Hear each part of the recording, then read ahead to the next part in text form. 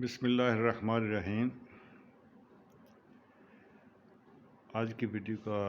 مقصد یہ ہے کہ جو بچے اسکول گوئنگ ہیں ان کی بیسک کیریئر کونسلنگ کا کیا طریقہ کار ہونا چاہیے، ہماری سوسائٹی میں کون سی ویکنیسز ہیں اور ان کو کس طرح سے ہم کور کیا کر سکتے ہیں۔ جو بنیادی کمزوری ہے وہ تو یہ ہے کہ ہمارے دونوں ادارے جو کہ پیرنٹس اور دوسرے ٹیچرز،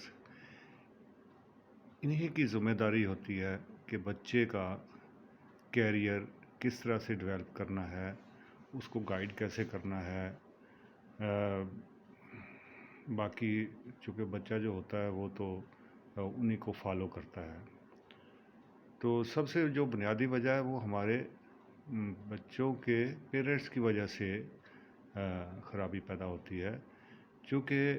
بچہ جو 3-4 سال کا جب ہوتا ہے تو وہ ہمارے ارلی سکولنگ کی ایک ٹرینڈ بن گیا ہے کہ بچے کو جلد از جلد سکول بھیجنا ہے۔ وہ عمر حالانکہ اس کی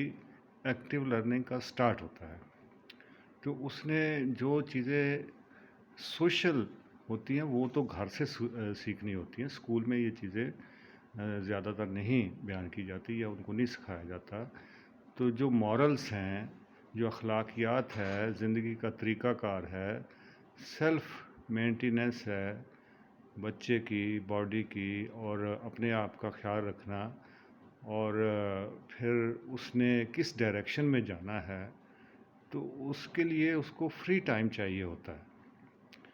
جب ہم اس کو اتنی ارلی ایج میں اسکول بھیج دیتے ہیں تو اسکول ہمارا جو دوسرا ادارہ ہے جو بچے کی کیریئر ڈیولپمنٹ میں رول پلے کرتا ہے، تو وہ انہوں نے ایک قسم کا کنٹریکچول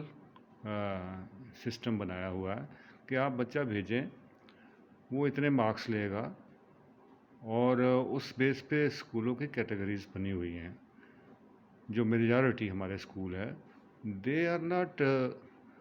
ورڈ اباؤٹ کہ وہ بچے کی ہیلتھ کیسی ہے، بچے کی سوچ کیسی ہے، بچے کا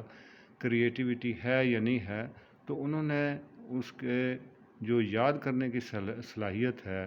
رٹا لگانے کی صلاحیت ہے، اس کے بیس پہ بچوں کو آگے لے کے چلنا ہے۔